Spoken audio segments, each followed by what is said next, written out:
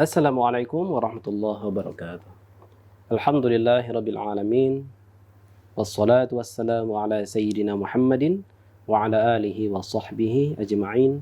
Amma ba'du, sahabat Durmi dimanapun berada, semoga antum diberkahi oleh Allah Subhanahu wa taala.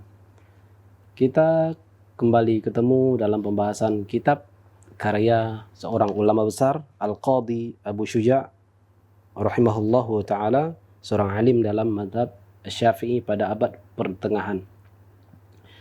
Sebelumnya kita sudah membahas mengenai tentang bersuci, ya, istinja, berwudu, mandi wajib, mandi-mandi yang disunatkan, kemudian apa saja yang disunatkan di dalam mandi wajib, apa saja yang disunatkan di dalam mandi yang sunat.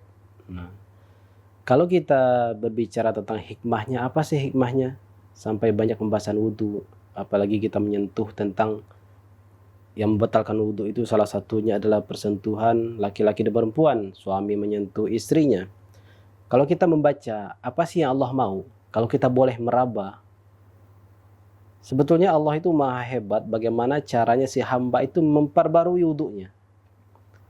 Sebetulnya Allah itu ingin kita itu selalu memperbaharui wudu. Allah itu kalau mau sebetulnya beliau tidak perlu kita berwudu, Allah sudah tahu bagaimana isi hati kita. Tapi karena bersucinya kita, wudu kita, mandi kita, tayamumnya kita, semuanya untuk kita juga. Allah jadikan, Rasulullah jadikan buang air kecil, buang air besar sebagai sebab dia harus berwudu. Allah jadikan wanita haid membuat dia harus mandi. Allah jadikan kondisi nifas membuat dia harus mandi. Allah jadikan kondisi seseorang yang bertaubat, orang yang masuk Islam, supaya dia bisa mandi. Allah jadikan, Rasulullah jadikan kondisi solat Idul Fitri, solat mau solat Jumat, dijadikan momen sebab seorang harus berwudu. Ini menarik sebetulnya, sahabat Rumi dirahmati oleh Allah Subhanahu wa taala. Jika kita mau insaf membaca apa sih Allah mau, kenapa menyentuh dengan suami istri saja kita harus berwudu? Padahal ada mazhab-mazhab lain yang membolehkan, enggak masalah kok. Mazhab Malik atau mazhab Hanafi tidak masalah suami menyentuh istrinya, tidak membatalkan wudu. Tapi di mazhab Syafi'iyah membatalkan wudu. Sebetulnya kita kalau ingin, ya kita ulang lagi, kalau kita ingin membaca apa sih yang Allah mau, Allah itu hanya mau supaya kita itu memperbaharui wudu kita. Itu hanya trik Allah. Itu trik Allah supaya kita memperbaharui wudu kita. Maka terkadang dinaungilah dengan kata wajib. Wajib dia berwudu. Nah, begitulah cara kita meraba apa sih Allah mau. Maka tinggal kita ikuti aja. Kalau kita menyentuh istri, wudu aja. Berarti kita telah memperbaharui wudu. Ibadah. Dalam wudu, setiap tetesan air wudu itu betapa banyak dosa-dosa yang kita berguguran. Maka ada ulama yang suatu saat Allah kasyafkan, Allah bukakan bagi dia melihat air wudunya orang lain, air musta'mal itu betapa hitam legamnya, terlihat dosa-dosanya. Akhirnya dia tak tahan melihat, lalu dia meminta kepada Allah, ya Allah, tutupkanlah penampakan-penampakan ini dari pandanganku. Akhirnya dia mohon kepada Allah, akhirnya dia mengusap matanya, habis itu dia nggak melihat lagi. Jadi sejatinya hikmahnya kita harus ngulang-ulang wudu. Buang angin, wudu lagi. Kita nanti buang air kecil, wudu lagi. Padahal yang dibasuh itu bukan kemaluan kita. Yang dibasuh itu wajah kita, muka kita, anggota-anggota wudu. Itu hikmahnya adalah untuk menggugurkan dosa-dosa kita. Karena dosa kita tidak hanya pada momen-momen tertentu saja. Bisa jadi dosa kita setiap saat, setiap nafas kita digugurkanlah menggunakan wudu tadi. Itu hikmahnya yang dapat kita ambil. Kenapa sih kita harus berwudu? Kenapa kita harus mandi? Maka seorang yang memiliki qalbun yang salim, qalbun yang selamat, atau qalbun yang mau menyerah kepada Allah, ikuti saja, tunduk saja, anggap itu sebagai ubudiyah dia kepada Allah Subhanahu wa taala. Sahabat Durmi yang dirahmati oleh Allah Subhanahu wa taala. Sekarang kita masih dalam Kitabut Thaharah, kitab tentang bersuci. Ada satu bab khusus terkait dengan khuf. Khuf itu bukan sendal dan bukan sepatu. Bukan sendal, bukan sepatu, bahkan bukan kaos kaki. Nah, Imam Abu Syuja' mengatakan wal mashu 'alal khuffaini jaizun. Jadi mengusap Dua khuf kiri kanan itu hukumnya boleh. Boleh, bahkan itu bisa digunakan untuk sholat. Boleh digunakan untuk sholat. Kenapa ini penting dimasukkan? Bahkan di dalam bab akidah, kita kalau punya kitab-kitab ringkas, kitab akidah, risalah-risalah akidah, akidah Thahawiyah, atau bahkan fiqhul akbarnya Imam Abu Hanifah, ada pembahasan khusus tentang fikih. Padahal itu adalah kesimpulan akidah. Kesimpulan akidah, tapi bagian akhirnya ada permasalahan fikih yang sengaja ditempelkan, dimasukkan oleh imam tersebut. Salah satu bab fikih yang masuk dalam bab akidah adalah mengusap dua sepatu, mengusap dua khuf. Kenapa? Karena ada suatu sekte pada masa beliau-beliau itu yang mengatakan tidak boleh seseorang itu mengusap kakinya, mengusap khufnya. Dan ada konsekuensi akidah dalam mazhab mereka. Maka dibantahlah oleh ulama-ulama aswaja, Ahlussunnah wal Jamaah, bahwa mengusap khuf itu memang sunnah dari Rasulullah Shallallahu Alaihi Wasallam. Mengusap dua sepatu itu boleh dengan catatan 3 syarat. Yang pertama, ayyabtadi'a lubsahuma ba'da kamalit taharah. Seseorang sudah taharah, sudah berwudu seperti wudunya sholat, atau seseorang telah mandi wajib, barulah dia menggunakan khufnya, lalu dia menggunakannya untuk perjalanan. Ketika masuk waktu sholat, dia misalnya ingin berwudu, ketika sampai di basuhan kaki, dia cukup mengusap di bagian luar saja. Dia tidak perlu mengguyur lagi kakinya. Asar, maghrib, isya, begitu seterusnya apabila dia melakukan perjalanan pasca sholat subuh. Nah, jadi nanti ketika dia dalam perjalanan, dia tidak membasuh lagi, karena cukup dia mengusap dari luar. Jadi syaratnya adalah memasang khuf itu yang pertama dia harus taharah dulu. Jadi tidak boleh memasang khuf itu kalau dia masih dalam kondisi berhadas. Dia sucikan dulu dengan wudu dirinya, dia sucikan dulu dirinya dengan mandi wajib, kalau dia memang harus dia mandi wajib, baru setelah itu dia pasang khuf. Dan dia tidak perlu lepas selama 1 hari 1 malam bagi orang yang mukim, dan dia tidak perlu melepas selama 3 hari 3 malam bagi orang yang musafir. Wa an yakuna satiraini li mahalli ghuslil fardhi minal qadamain. Jadi salah satu bentuk khuf itu adalah dia itu lebih tinggi dari mata kaki. Jadi karena kita membasuh kaki itu harus sampai kedua mata kaki, ya, ilal qadamaini, maka khuf itu melebihi mata kaki, lebih tinggi dari mata kaki di atasnya. Wa an yakuna mimma yumkinu tatabbu'ul masyi 'alaiha. Jenis khuf itu bisa digunakan perjalanan jauh, tidak sobek. Tapi bukan sepatu. Nah, itu uniknya, memang itu jenis alas kaki yang digunakan oleh orang-orang pada masa Rasulullah Shallallahu Alaihi Wasallam. Imam Abu Syuja' di sini menampilkan 3 syarat, tapi para ulama-ulama setelahnya menampilkan syarat yang keempat, yaitu suci. Maka khuf itu harus dari bahan yang suci. Tidak boleh dari kulit anjing, tidak boleh dari kulit babi, tidak boleh, harus dari bahan yang suci. Wa yamsahul muqimu yauman wa lailah. Orang yang mukim, dia bukan musafir, ingin menggunakan khuf, mungkin dalam kondisi dingin atau kondisi sakit atau kondisi kakinya itu tidak mungkin kena air, dia kemudian menggunakan khuf. Dia tidak musafir, dia boleh menggunakan khuf selama 1 hari 1 malam. Batasnya hanya 1 hari 1 malam. Untuk hari berikutnya dia harus buka dan dia harus berwudu dengan sempurna, kaki harus dibasuh. Wal musafiru 3 ayyamin bilayalihinna. Sementara bagi musafir, batas maksimal penggunaan khuf itu adalah 3 hari 3 malam. Selama 3 hari 3 malam itu orang musafir boleh hanya mengusap dari luar saja. Boleh mengusap dari luar saja. Wabtida'ul muddati min hina yuhdithu ba'da lubsil khuffaini. Kapan hitungan khuf itu, seseorang dianggap menggunakan khuf, kapan dimulai hitungannya? Dimulai ketika dia berhadas setelah menggunakan khuf. Ba'da lubsil khuffaini. Hina yuhdithu ba'da lubsil khuffaini. Seorang telah berwudu, lalu dia menggunakan khuf. Nah, selama penggunaan dia belum buang angin, dia belum buang air kecil, buang air besar, itu hitungannya belum berjalan. stopwatchnya belum aktif. Lalu nanti menjelang waktu zuhur, dia menggunakan waktu subuh. Setelah subuh dia gunakan, jam 6 pagi dia gunakan khuf.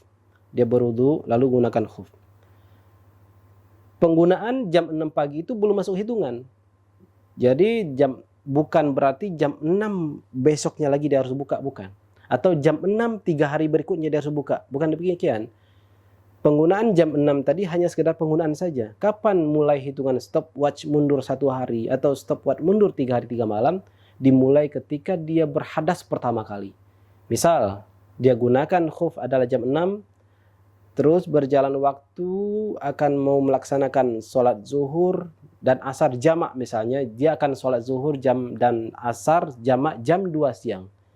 Lalu ternyata dia berhadas jam 12. Berarti dia sholatnya jamak takdim. Dia bersuci saat itu, berwudu, lalu mengusap kakinya, khufnya.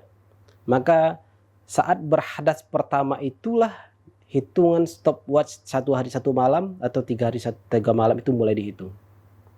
Atau dia mulai menggunakan khuf jam 6 pagi. Dan nantinya akan melaksanakan sholat jamak takhir zuhur dan asar di waktu asar. Dan dia baru berhadas, buang angin pertama terjadi pukul 5 sore.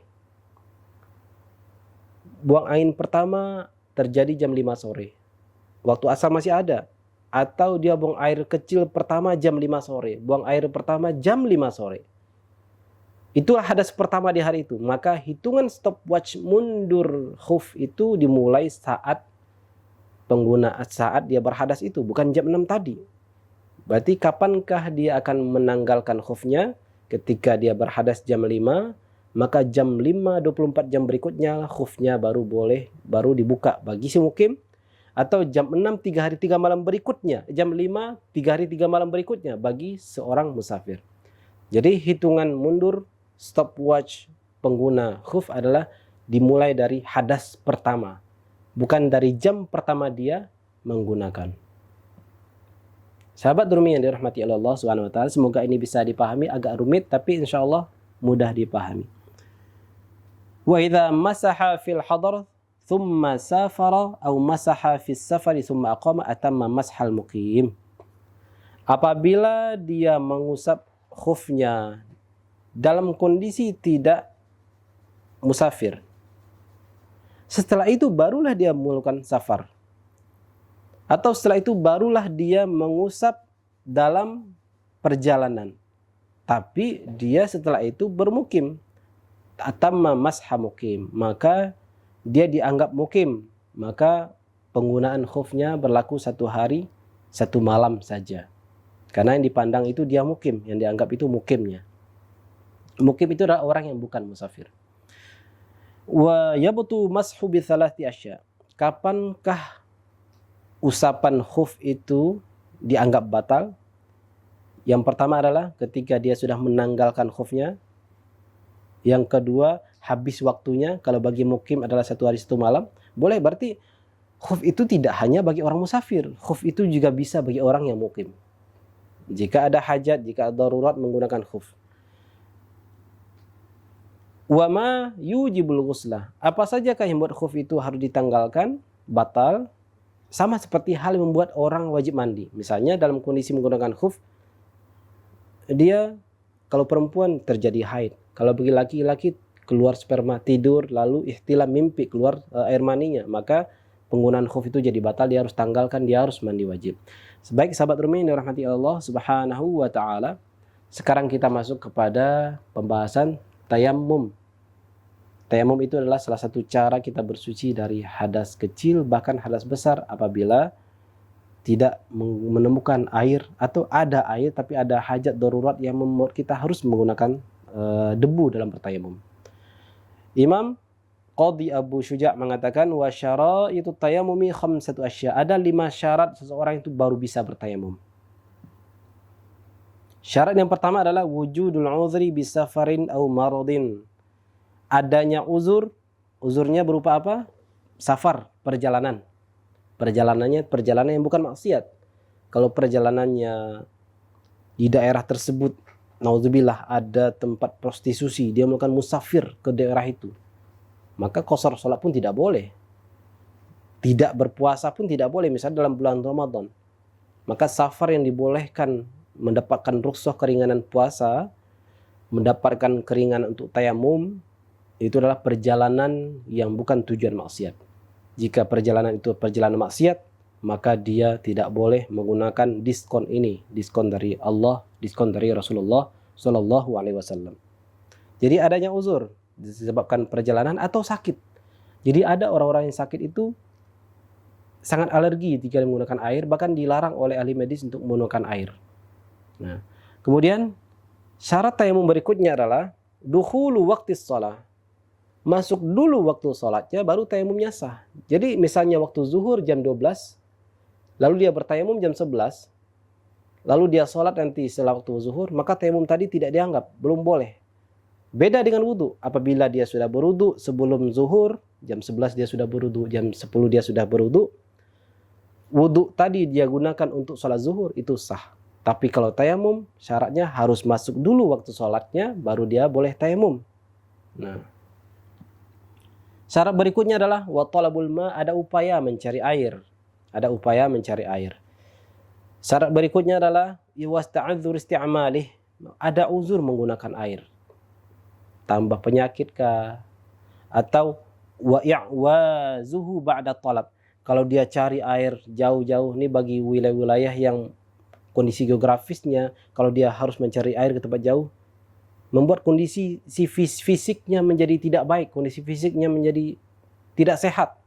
Dia harus mengeluarkan tenaga ekstra yang membuat dia letih. Apalagi kalau orang lanjut usia, maka dia tidak perlu mencari air. Cukup dia bertayamum. Kemudian wat-turabu thahir lahu ghubar, menggunakan tanah yang suci, yang ada debunya. Yang ada debunya. Fa in khalatahu jissun aw ramlun lam yujzi. Kalau tanah atau debu itu tercampur oleh semacam semen, tercampur dengan bedak, tercampur dengan tepung terigu, tercampur dengan bubuk-bubuk lainnya, aw ramlun atau pasir, maka tidak mencukupi untuk syarat bertayamum. Sa'idan thayyiban, fatayammamu sa'idan thayyibannya tidak tercukupi, maka harus murni tanah yang berdebu. Debu itu bisa dibuat dengan cara menjemur tanah, lalu di situ akan muncul debu-debunya. Kita gunakan hal itu karena dalilnya jelas, sa'idan thayyiba. Wa faraiduhu arba'atun. Fardu tayamum itu ada 4. Apa saja yang wajib dilakukan ketika bertayamum? Sama seperti wudu. Yang pertama adalah wajib berniat ketika usapan pertama. Beda antara tayamum dengan wudu. Kalau wudu untuk muka disebut membasuh, kalau tayamum untuk muka disebut mengusap, karena memang tidak ada airnya. Air lembapan atau hanya debu disebut dengan mengusap. Kemudian mashul wajhi. Jadi niat itu ditunaikan di dalam kalbu ketika kita mengusap wajah kita. Nawaitu tayammum li raf'il hadatsil asghari, atau hadas kecil atau hadas besar lillahi ta'ala. Wal yadaini ma'al firqataini mirfaqaini, dan mengusap 2 tangan sampai 2 siku. Jadi tayamum tidak hanya sampai pergelangan tangan saja. Ada yang mengatakan sampai pergelangan tangan saja, tapi di mazhab kita Syafi'iyah, tayamum itu harus sampai dengan siku, sama dengan wudu. Ambil tanah, debunya dipukulkan, usap di sini, depan punggung tangan, kemudian perutnya tangan. 3 kali lebih afdal, 1 kali cukup. Yang terakhir adalah tertib. Tidak boleh mendahulukan tangan baru mengusap tangan, tidak boleh mengusap wajah terlebih dahulu baru nanti niat pas di tangan, tidak boleh. Dimulai dengan niat. Yang kedua, mengusap wajah, kemudian mengusap tangan sampai 2 siku. Sahabat Durmi yang dirahmati Allah Subhanahu wa taala, itu hal yang wajib dilakukan ketika bertayamum. Ada lagi hal yang sunat. Yang sunatnya adalah sama seperti wudu, membaca bismillah. Bismillahirrahmanirrahim. Bismillahirrahmanirrahim, baca niat. Wa taqdimul yumna 'ala al-yusra, mengedepankan, memajukan atau mendahulukan yang kanan dibandingkan yang kiri. Wal muwalah, berturut-turut. Berturut-turut itu tidak ada space antara mengusap wajah dengan tangan dengan obrolan-obrolan, enggak ada. Usap dulu muka lalu kita ngobrol atau jalan ke sana kemari baru nanti usap tangan, jangan. Usap wajah langsung setelah itu usai 1 kali atau 3 kali langsung usap tangan. Jangan sampai ada spasi antara kita mengusap wajah dan mengusap tangan. Apa saja yang membatalkan tayamum? Ada 3 hal. Yang pertama, sama apa saja yang membatalkan wudu, itu juga yang membatalkan tayamum. Wa ru'yatul ma' fi ghairi waqtis shalah. Melihat air saat kita belum memulai sholat. Kita sudah tayamum. Kita tayamum jam 12 ketika waktu sholat sudah masuk. Tayamum, tiba-tiba hujan turun. Kita belum sholat. Maka kita tayamum yang tadi menjadi batal dan kita wajib berwudu. Lain halnya ketika kita sudah bertayamum. Lalu setelah itu kita sholat. Setelah sholat hujan turun. Maka sholat tadi adalah sholat yang sah. Maka sholat yang dilakukan dengan tayamum itu bukan nisfus sholat, bukan separuhnya sholat, bukan sholatnya main-main juga. Jadi ketika kita bertayamum, sholat dengan tayamum, tiba-tiba hujan turun, sholat dengan tayamum tadi adalah sholat yang sah. Tidak perlu kita mengulang sholat dengan alasan airnya sudah muncul, sudah ada di hadapan kita. Apalagi pembatal tayamum, murtad. Orang yang bertayamum lalu berkata dalam dirinya, bahkan berkata dalam hati, aku keluar dari Islam. Dengan i'tikad dia keluar dari Islam, dia murtad itu. Atau ketika sudah bertayamum dia mengatakan, sholat yang akan saya lakukan ini tidaklah wajib, itu murtad. Meskipun dia akan sholat. Jadi orang yang sholat sekalipun tapi dia meyakini sholat tidak wajib, itu menjadi murtad. Maka tayamumnya batal, sholatnya pun tidak sah. Karena statusnya sudah membatalkan. Nah, penting diketahui lagi, satu tayamum hanya berlaku untuk 1 sholat fardu. 1 tayamum tidak berlaku untuk 2 sholat fardu. Beda dengan sholat sunat, 1 tayamum bisa digunakan untuk banyak sholat sunat. Jadi kalau kita bertayamum untuk sholat zuhur, maka tayamum tadi tidak bisa digunakan untuk sholat asar. Maka untuk sholat asar, jika ingin tayamum, tunggu waktu asar masuk, tayamum lagi, baru sholat asar. Jadi 1 tayamum untuk 1 sholat. Kenapa? Tayamum itu dalam istilah fikih disebut dengan penyucian yang sifatnya lemah. Kalau wudu, penyucian yang bersifat kuat. Ibadah wajib berkarakter kuat, ibadah sunat berkarakter lemah. Gitu dalam bahasa-bahasa fikih. Maka bersuci dengan cara yang lemah hanya bisa digunakan untuk 1 ibadah yang wajib. Bersuci dengan bersuci yang lemah, tayamum bisa digunakan untuk beberapa ibadah yang lebih lemah dibandingkan yang wajib. Itu bahasanya ada lemah dan kuat. Bukan berarti yang sunat itu tidak bermanfaat, bukan. Itu hanya pembahasan. Ada ibadah yang kuat, ada ibadah yang lemah. Ibadah yang kuat itu adalah ibadah yang wajib, ibadah yang lemah itu adalah ibadah yang sunat. Bersuci yang wajib itu seperti mandi atau berwudu, bersuci yang lemah itu adalah seperti bertayamum. Maka bertayamum hanya bisa untuk 1 sholat wajib. 1 tayamum untuk 1 sholat wajib, 1 tayamum bisa digunakan untuk banyak sholat sunat. Nah, demikian hal-hal yang penting diketahui sahabat Rumi yang dirahmati oleh Allah Subhanahu wa ta'ala. Wa sahibul jabair yamsahu 'alaiha. Pengguna perban. Orang lagi diperban bagian lukanya tidak mungkin digunakan air, yamsahu 'alaiha. Dia cukup mengusap bagian yang diperban itu. Sementara bagian anggota wudu yang lain dia bisa cuci, basuh sebagaimana biasa, khusus di atas perbannya dia usap saja.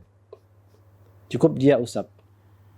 Wa yatayammamu wa yusalli. Lalu dia bertayamum wa yusalli, kemudian dia salat. Wala i'adata 'alaihi. Dan tidak perlu mengulang. In kana wada'aha 'ala tuhrin. Jika di perban itu dia letakkan dalam tempat yang suci, maka sebelum menggunakan perban itu sucikan dulu bagian yang akan kita letakkan perbannya. Maka ketika kita akan berwudu dengan wudu yang sempurna, bagian itu, bagian kena perban cukup diusap saja. Jadi kita berwudu tidak usah memaksa atau dicopot dulu, enggak. Apalagi jika lukanya itu akan lambat sembuhnya apabila kita mengenai air sesuai dengan ketentuan medis. Nah, ini yang kita sampaikan tadi. Wa yatayammamu likulli faridatin wa yusalli bi tayammumin wahidin ma syaa minal nawafil. Tayamum satu hanya untuk satu salat fardu. Satu tayamum boleh untuk banyak salat-salat sunat. Nah, sahabat Rumi yang dirahmati Allah Subhanahu wa taala, itu adalah terkait dengan tayamum. Berikutnya adalah masalah najis yang keluar dari diri kita. Satu fasal, ini satu fasal berikutnya dari Imam Qadhi Abu Syuja. Faslun wa kullu ma'i'in kharaja minas sabilaini najisun illal maniyya. Benda cair apapun yang keluar dari kemaluan kita, depan maupun belakang, itu statusnya najis. Bagaimana dengan sperma, mani? Itu dikecualikan oleh syarak. Sperma atau mani bukanlah najis. Karena Rasulullah SAW pernah hal itu, cairan itu mengenai pakaian beliau, lalu Sayyidah Aisyah yafruku itu membersihkan atau mengorek-ngorek dengan kuku beliau, ya, karena sudah mengeras pada pakaian Rasulullah SAW. Seandainya sperma itu najis, maka Rasulullah pun akan memerintahkan Aisyah untuk mencucinya dan tidak digunakan lagi untuk ibadah. Dan seandainya sperma itu najis, tentunya kita ini yang berasal dari sperma orang tua juga najis. Berarti kita tumbuh dari najis. Maka itulah sebabnya mengapa sperma itu dikatakan tidak najis. Berbeda dengan al-madhi. Kalau sperma itu bahasa Arabnya al-mani dan sudah menjadi bahasa Indonesia mani, beda dengan madhi. Madhi itu najis. Madhi itu bisa jadi dengan sebab orang mengangkat benda berat, keluarlah cairan. Atau bisa disebabkan rangsangan, tapi bukan membuat dia merasakan nikmatnya rangsangan, tapi hanya awal-awal, muqaddimahnya. Tidak terangsang, tidak orgasme. Lalu tiba-tiba di awal keluarlah madhi. Itu madhi. Cairan keluar itu disebut dengan madhi. Dan itu bukan mani. Dan itu adalah najis. Harus dibersihkan. Sahabat Rumi yang dirahmati oleh Allah Subhanahu wa ta'ala. Kemudian Imam Abu Syuja mengatakan, ini terkait dengan cairan buang air kecil. Wa ghaslu jami'il abwali wal arwathi wajib. Membasuh buang air kecil, ini bukan beristinja, membasuh apabila pakaian kita terkena najis buang air kecil atau najis buang air besar, itu wajib. Kenapa wajib? Karena itu najis. Najis itu harus dihilangkan apabila apalagi kita akan melaksanakan sholat. Wajib dibersihkan. Ada pengecualiannya, illa baulas sabiyil ladzi lam ya'kulit ta'am, kecuali buang air kecil bayi laki-laki yang belum memakan makanan. Fa innahu yathuru bi rasyil ma'i 'alaihi. Karena pakaian yang kena buang air kecil bayi laki-laki itu statusnya sudah dianggap suci hanya dengan cara kita memercikkan bagian yang terkena. Karena Rasulullah Shallallahu Alaihi Wasallam pernah mengalami hal demikian. Lalu diambilkanlah oleh Sayyidah Aisyah segayung air, lalu Rasulullah memegang air tersebut, lalu dipercikan kepada pakaian beliau yang terkena buang air kecil anak bayi yang beliau gendong. Ini bukanlah permasalahan emansipasi laki-laki dan perempuan. Gak mungkin bayi itu dibebani masalah emansipasi. Dibilang bayi laki-laki ini tidak menghargai perempuan, ya gimana?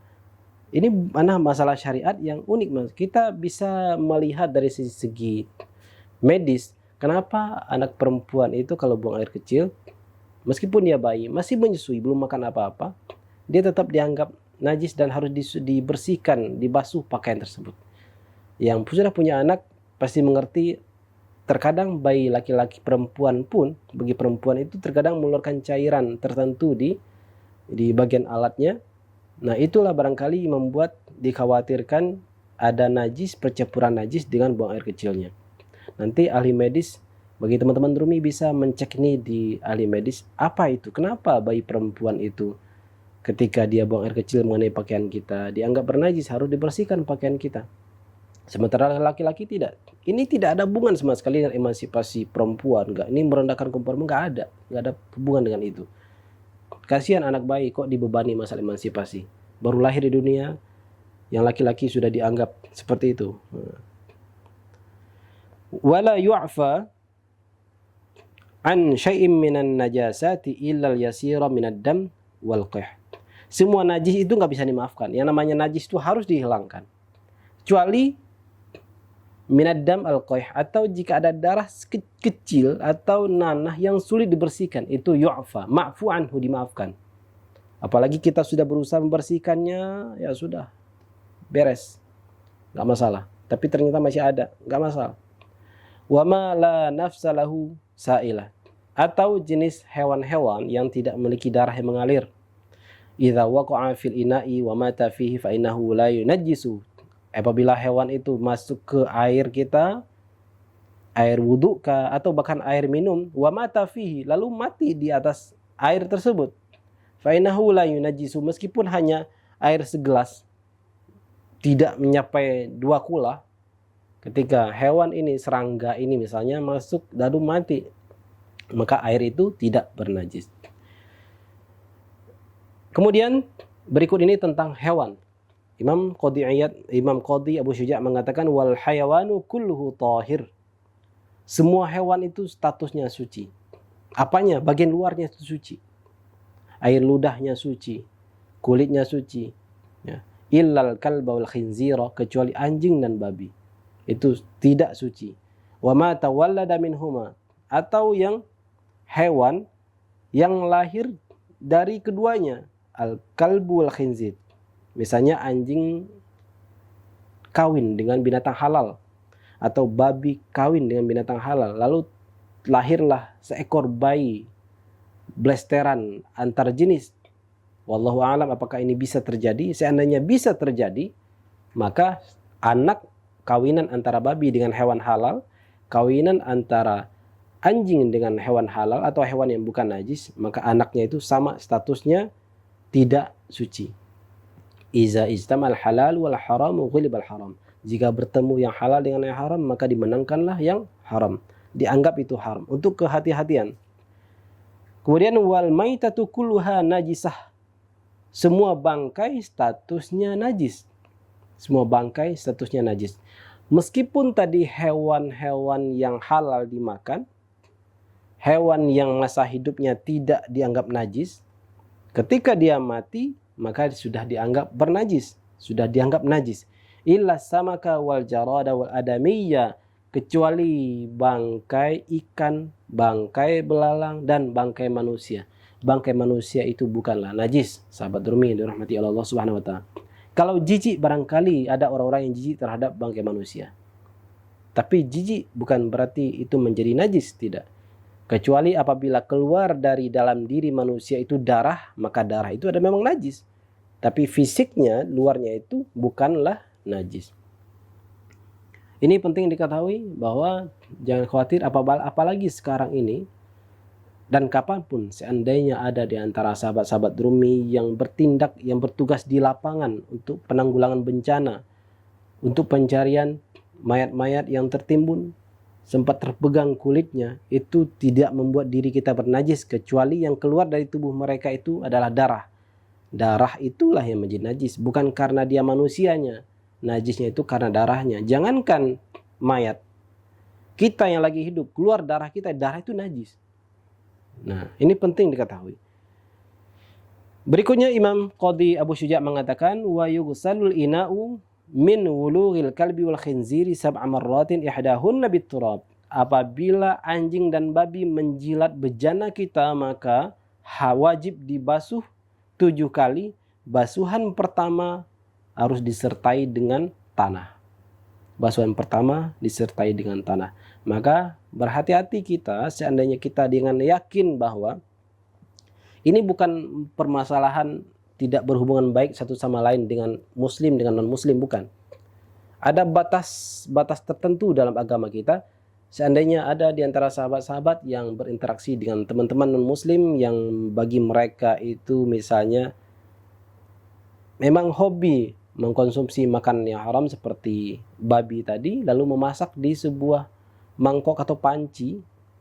Lalu panci itu tidak dibasuh dengan cara-cara yang sesuai dengan syariat kita, agama Islam. Lalu berikutnya panci tersebut digunakan untuk memasak, maka masakan itu dianggap bernajis, mutanajis. Maka tidak boleh bagi kita yang muslim menggunakannya. Kecuali sebagai teman yang non-muslim menggunakan panci untuk memasak babi misalnya, lalu kita yang muslim membantu membasuh panci tersebut dengan 7 kali basuhan, satunya dengan tanah, lalu setelah itu kita gunakan untuk memasak makanan yang halal, maka kita boleh menggunakannya. Itu untuk menjaga hubungan baik satu sama lain. Jangan menganggap sampai mengatakan, kamu masaknya masak yang tidak halal, itu bernajis. Gak perlu mengeluarkan kata-kata demikian. Tetap jalin hubungan yang baik, saling kerjasama. Jika dia menggunakan panci seperti itu, kita bersihkan sesuai syariat kita. Atau kalau ingin hati-hati, ya terpisah.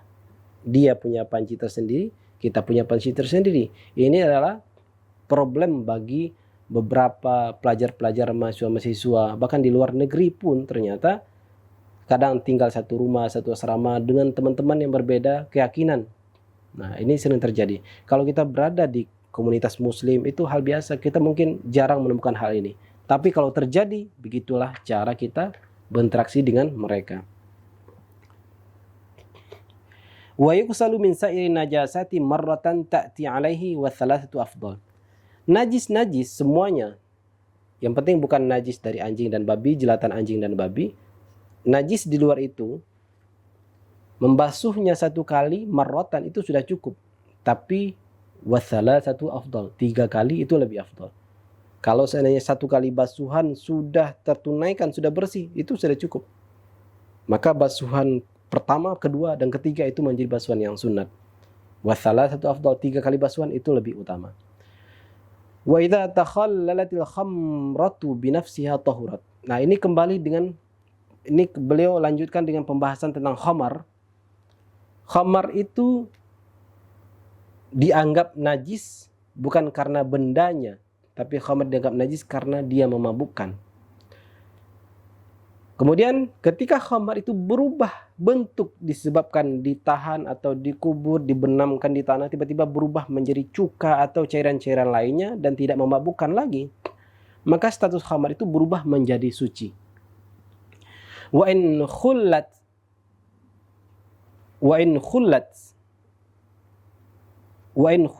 bi tarhi syai'in fiha lam tathur. Kemudian khamar, demi supaya dia menjadi bersih, dia menjadi suci, lalu kita campurkan dengan air mineral, kita campurkan dengan air yang suci, maka status air yang suci tadi terpengaruhi oleh status najisnya khamar, maka tidak akan bisa suci. Karena kalau ingin mensucikan khamar itu adalah statusnya najis disebabkan dia memabukkan. Kalau ingin menjadikan dia suci, tunggu beberapa hari supaya terjadi perubahan kimia. Beliau menambahkan selang-seling dengan pembahasan khamar dalam bab ini. Ini penting kita ketahui, bukan berarti beliau mengatakan boleh menggunakan khamar, tidak. Ini adalah ada pembahasan hukum fikihnya. Jadi bukan masalah karena beliau masukkan khamar berarti boleh kita minum khamar, bukan. Jadi ada konsekuensi ibadah dalam permasalahan khamar ini, kenapa beliau masukkan. Dan juga ada kaitan dengan bersuci. Mensucikan apa khamar itu bisa menjadi suci apa tidak. Nah, jadi misalnya ada satu wadah khamar, kita ingin berwudu, ada khamar, nggak mungkin kita berwudu dengan khamar. Lalu supaya lebih banyak air khamar itu misalnya ada setengah kulah. Khamar ada setengah kulah, cukup banyak. Sementara jamaah banyak, kita punya air beberapa galon. Supaya mencukupi kita gabungkan dengan khamar supaya menjadi 1 kulah. Maka air yang bersih ini menjadi tidak suci lagi karena terkalahkan oleh status khamar. Nah, itu biasanya motif-motif supaya mengapa orang mencampurkan khamar dengan air yang suci. Nah, itu kalau terjadi. Jadi percampuran air suci dengan khamar membuat khamar itu menjadi menang. Air suci menjadi ternajisi. Fasal berikutnya, Imam Abu Syuja menjelaskan ada jenis darah, ada 3 jenis darah yang keluar dari farjinya, kehormatannya perempuan. Yang pertama adalah darah haid, yang kedua adalah darah nifas, yang ketiga adalah darah istihadah. Darah haid itu adalah darah yang keluar ketika wanita itu sudah dianggap sebagai wanita balik. Bisa umur 9 tahun, bisa 10, bisa telat umur 15 tahun. Kemudian nifas. Nifas itu darah seseorang yang setelah melahirkan, lalu besok-besok nantinya dia mengeluarkan darah. Itu darah nifas. Wal istihadah itu darah penyakit. Di luar momen-momen nifas dan di luar momen-momen haid, maka itu adalah penyakit. Wal haidu huwa ad-dam al-kharij min farjil mar'ah ala sabilis sihha min ghairi sababil wilada. Yang dikatakan darah haid itu adalah darah yang keluar dari kemaluan perempuan dalam kondisi sehat. Ini wanita normal keluar darahnya secara rutin, itu disebut dengan darah haid min ghairi sababil wilada, bukan disebabkan karena melahirkan. Kalau melahirkan maka disebutlah darah wiladah, atau pasca melahirkan disebutlah darah nifas. Maka haid itu juga dialami oleh orang-orang yang belum hamil. Nah, bahkan itu pertanda wanita itu subur, maka dia haid. Walau nuhu aswadu muhtadimun ladza. Warna darah haid itu biasanya merah pekat atau bisa kehitam-hitaman dan memang panas, kata beliau. Dan itu kalau rincian khususnya ada kitab khusus mengenai darah haid ini. Cukup panjang, cukup tebal pembahasannya. Kalau ingin pembahasan khusus ada. Bahkan ustazah-ustazah pun punya kajian-kajian khusus tentang haid ini. Kemudian nifas adalah ad-damul khariju aqibal wiladah. Yang dikatakan nifas itu adalah darah yang keluar pasca melahirkan. Jadi bukan darah yang mengiringi lahirnya bayi. Kalau darah yang mengiringi lahirnya bayi, keluar bayi, lalu ada darah mengiringi langsung, berbarengan kah atau sebelumnya kah atau langsung setelahnya, itu disebut dengan darah wiladah. Sementara darah nifas, darah wiladahnya selesai, baru berikutnya darah-darah pembersihan rahim, itu disebut dengan darah nifas. Kemudian ada lagi darah istihadah. Apalagi darah istihadah itu huwa damul khariju min ghairi ayyamil haidhi wan nifas.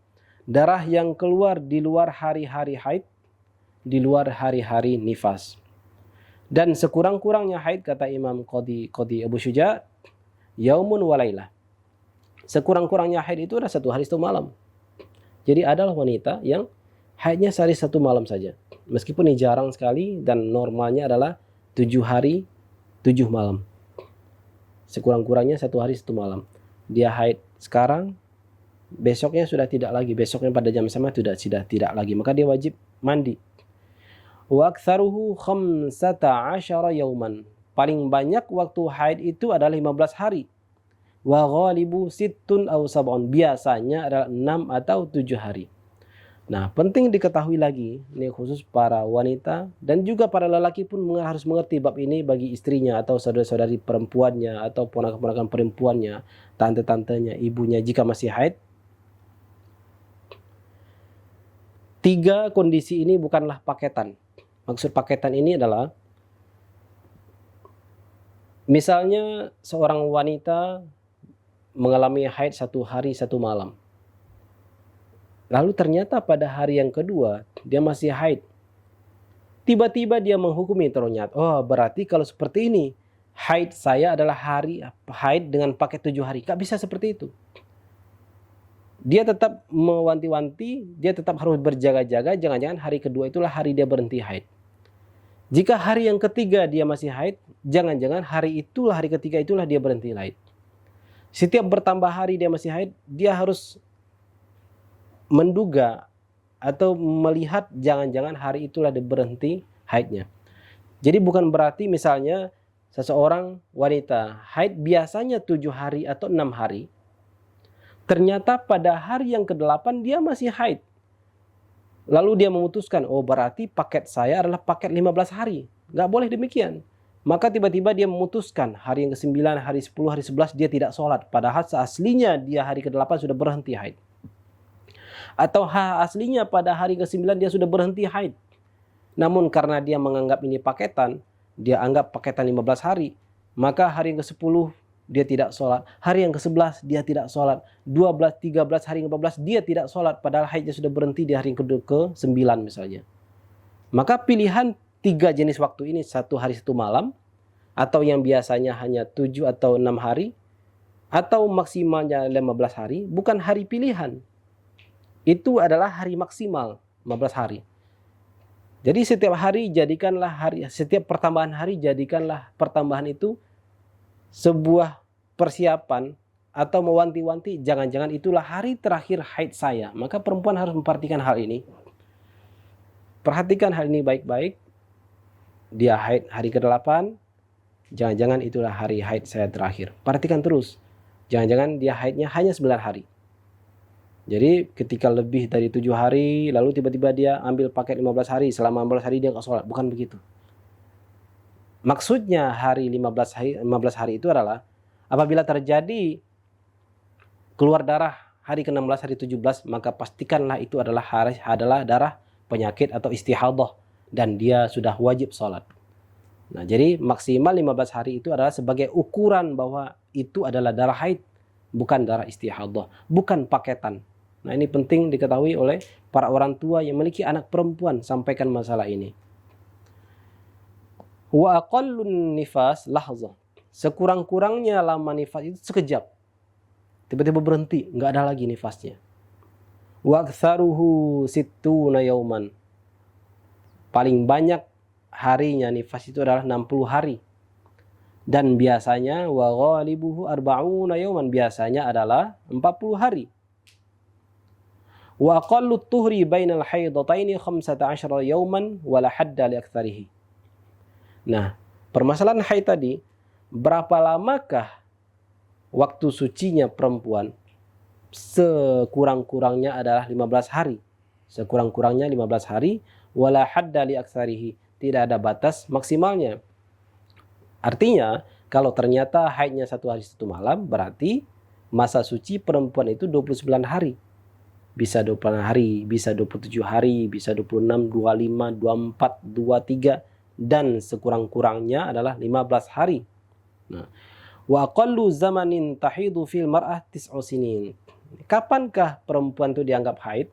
Nah, paling cepat perempuan itu haid biasanya atas penelitian beliau adalah umur 9 tahun. Perempuan itu biasanya sudah ada yang haid.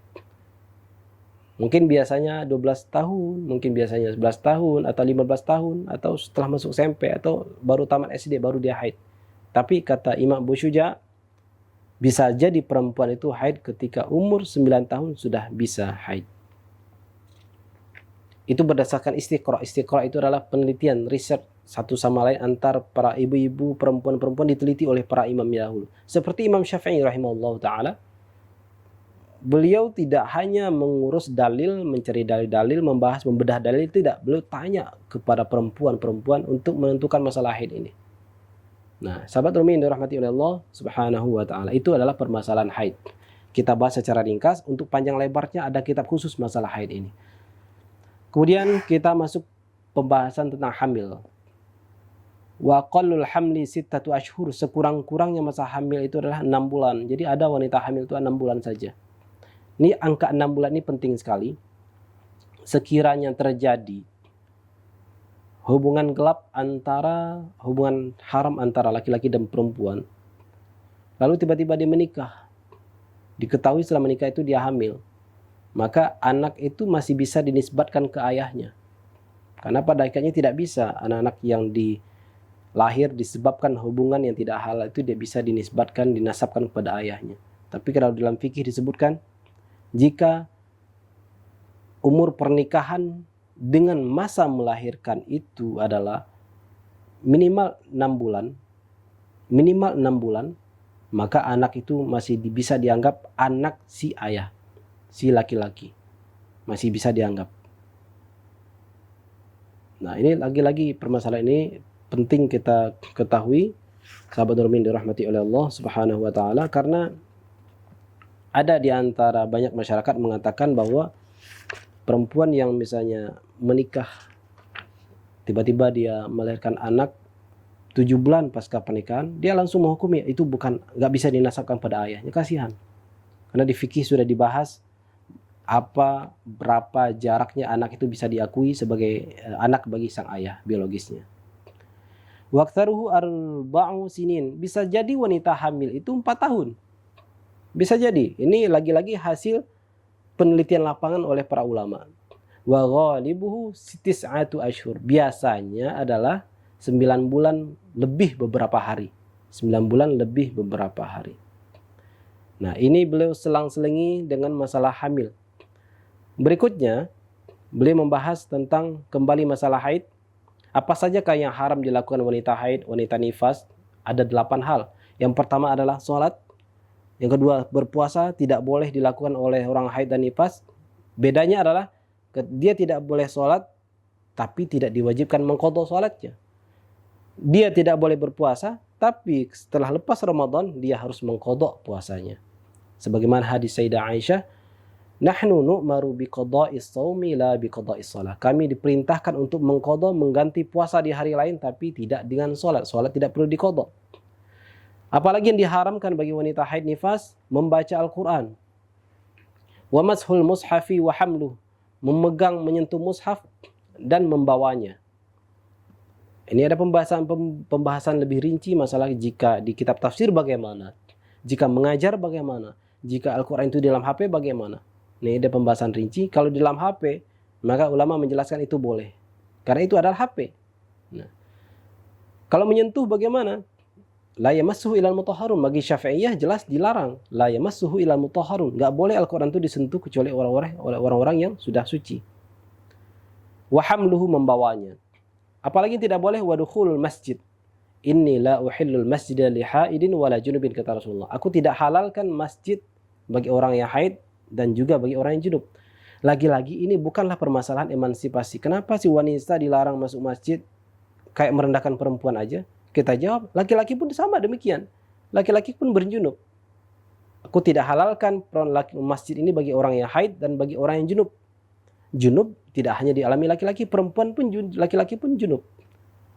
Junub tidak hanya dialami oleh perempuan, laki-laki pun mengalami junub. Laki-laki yang junub tidak boleh masuk masjid, sebagaimana perempuan haid tidak boleh masuk masjid. Jadi kita sudah adil, sama. Laki-laki perempuan yang mengalami hadas besar tidak boleh masuk masjid. Illa abiri sabilin, di ayat Quran, kecuali hanya sekedar melintas. Kalau memang tidak ada jalur lain lewat di situ, tidak berniat menetap di masjid, maka dia tidak berdosa. Wat tawaf, tidak boleh tawaf. Wal wata', kondisi haid, kondisi nifas, ini bagi suami tolong jaga. Tidak boleh berjima dengan istri, berwata' dengan istri ketika istri masih dalam kondisi haid. Kalau tidak, antum kena kafarat.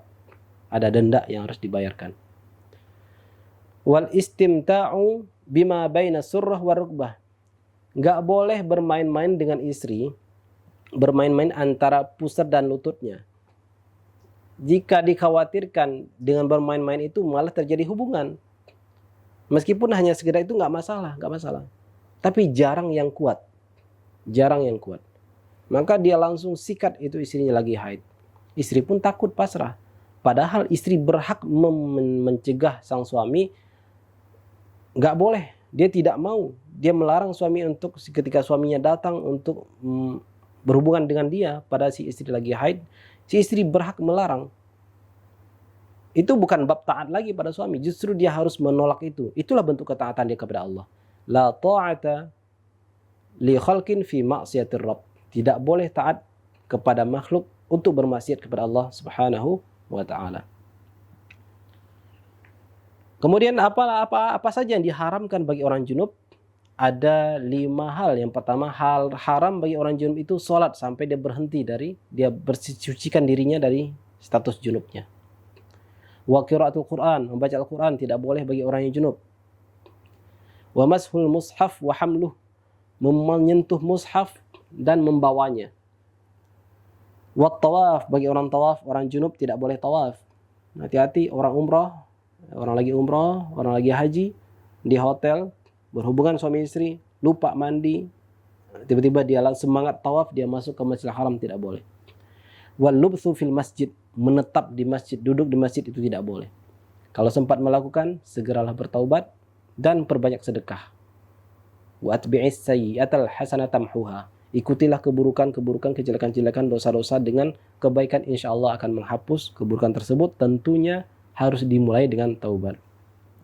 Terakhir, sahabat Rumi yang dirahmati oleh Allah Subhanahu wa taala, sebagai menutup kitab tentang bersuci ini, satu paragraf terakhir Imam Qadhi Abu Syuja' mengatakan, wa yahrumu 'alal muhdithi thalathatu asya. Orang berhadas haram bagi mereka melakukan 3 hal. Yang pertama, haram dalam kondisi berhadas itu sholat. Bukan berarti sholat tidak wajib bagi dia. Sholat tetap wajib. Jangan menjadikan kondisi hadas mengatakan aku tidak perlu sholat. Bukan begitu. Kondisi hadasmu membuat kamu haram melaksanakan sholat. Tapi sholat tetap wajib. Caranya bagaimana? Hapus hadasmu dengan cara mandi wajib. Kemudian tawaf tidak boleh, menyentuh mushaf tidak boleh, membawa mushaf tidak boleh. Sahabat Umi dirahmati oleh Allah Subhanahu wa taala, inilah bab tentang taharah. Alhamdulillahirabbil alamin. Setelah mendengar bab tentang haid tadi, ini khususnya bagi perempuan, para akhwat, atau mungkin kaum laki-laki yang memiliki perhatian khusus kepada perempuan, tiba-tiba muncul pikiran, berarti saya mengalami kurang dong dalam agama. Kenapa dalam kondisi haid saya tidak boleh sholat, kondisi saya tidak boleh berpuasa, berarti saya kurang dong. Bukan demikian cara berpikirnya. Justru taatmu untuk tidak sholat dalam kondisi haid, taatmu tidak berpuasa dalam kondisi haid, itulah ibadah. Jadi jangan kita membayangkan ibadah itu harus melakukan sesuatu. Tidak. Ibadah pun dengan cara meninggalkan sesuatu. Bukankah meninggalkan yang haram itu ibadah? Maka kaum ibu-ibu, para akhwat tidak usah khawatir. Berarti kondisi saya haid, berarti saya tidak punya ibadah. Lah, kita meninggalkan sholat, tidak mau sholat, atau sengaja dengan cinta kita kepada Allah menjaga syariat untuk tidak sholat dalam kondisi haid, memang karena perintah dari Nabi, itu ibadah kita. Karena banyak yang lupa, dia kira ibadah itu hanya dengan melakukan puasa, melakukan sholat, melakukan membaca Al-Quran. Padahal tidak membaca Al-Quran karena taat kepada Allah, tidak sholat karena taat kepada Allah, tidak berpuasa karena taat kepada Allah, itu juga ibadah. Nah, tapi seandainya ingin diisi dengan zikir-zikir, berbanyak sholawat dalam kondisi ini, tentunya itu juga lebih baik. Baik, sebagai penutup Kitabut Taharah ini, kita semoga dapat mengamalkannya. Kita berdoa kepada Allah semoga kita dimudahkan untuk mengamalkan syariat-syariat yang diajarkan oleh Nabi kita, Nabi Muhammad SAW. Karena fikih itu harus kita laksanakan, syariat harus kita laksanakan, supaya nanti mencapai ada apa di balik fikih. Kita tidak akan mungkin merasakan manisnya yang di dalam fikih tanpa kita merasakan, mencicipi ada apa sih di luar ini. Kita cicipi dulu yang di luar itu, supaya kita enak mencapai apa rasa hakikat di balik fikih. Karena setiap apa disampaikan oleh para imam ini, ada apa rahasia di balik berwudu, ada apa rahasianya di balik bersuci, rahasia di balik wanita harus tidak sholat dalam kondisi haid, itu ada rahasianya semua. Rahasia bertayamum itu ada rahasia semua secara sofistik. Baik, kita tutup kajian ini. Insya Allah pertemuan berikutnya kita bahas tentang fikih sholat secara ringkas. Wallahul muwaffiq ila aqwamit thoriq. Assalamualaikum warahmatullahi wabarakatuh.